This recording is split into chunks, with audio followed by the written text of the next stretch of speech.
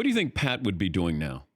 I know it's interesting because Adrian Perkins, who I went to Shreveport, Louisiana, and he's one of the Tillman scholars.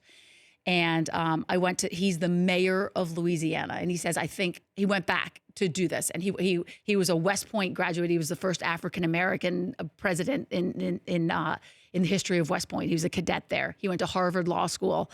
And he was the president there, the student body president, but turned down all the major law firm offers, all the big money to go back and be the mayor of his hometown, which needed so much, Shreveport, Louisiana, police reform and criminal justice and all of that. And he says, I think every day what Pat would be doing. And he thought he'd be in politics, he'd be doing something that made a difference in terms of politics. And so so this guy, Adrian Perkins, who I think will be president one day, feels like he's living the way Pat would. All these Tillman scholars never met the man, right? Yeah. But they're trying to make him proud, and they're trying to live this life and service over sacrifice they're sacrificing over self is what I mean to say. But you look back on this, and what man does this, where you have a successful career and you have a family,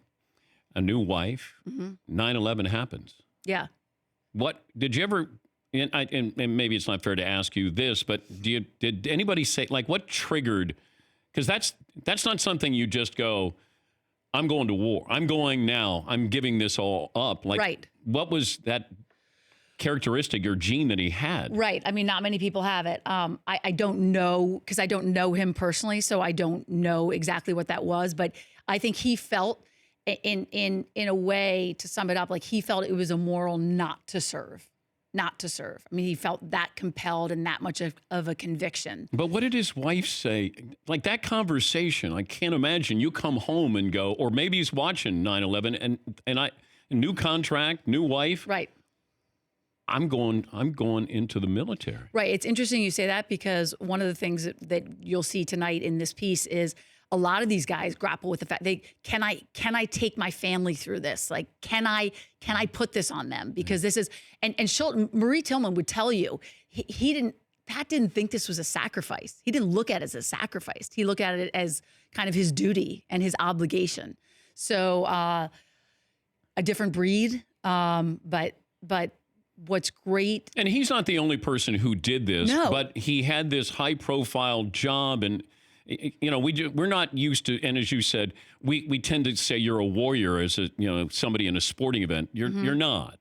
That a warrior is somebody who is in war, not somebody who's playing football. Right.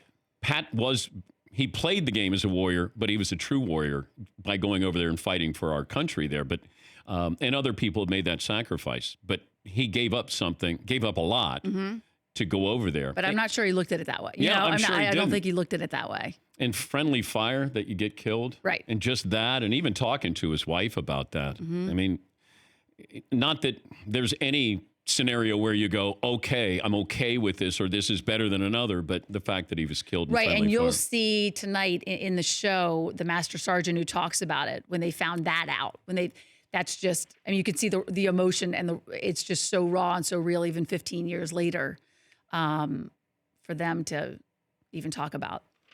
For more Dan Patrick Show, tune into Audience Channel 239 on DirecTV. Stream for free on BR Live or download the Dan Patrick Show app.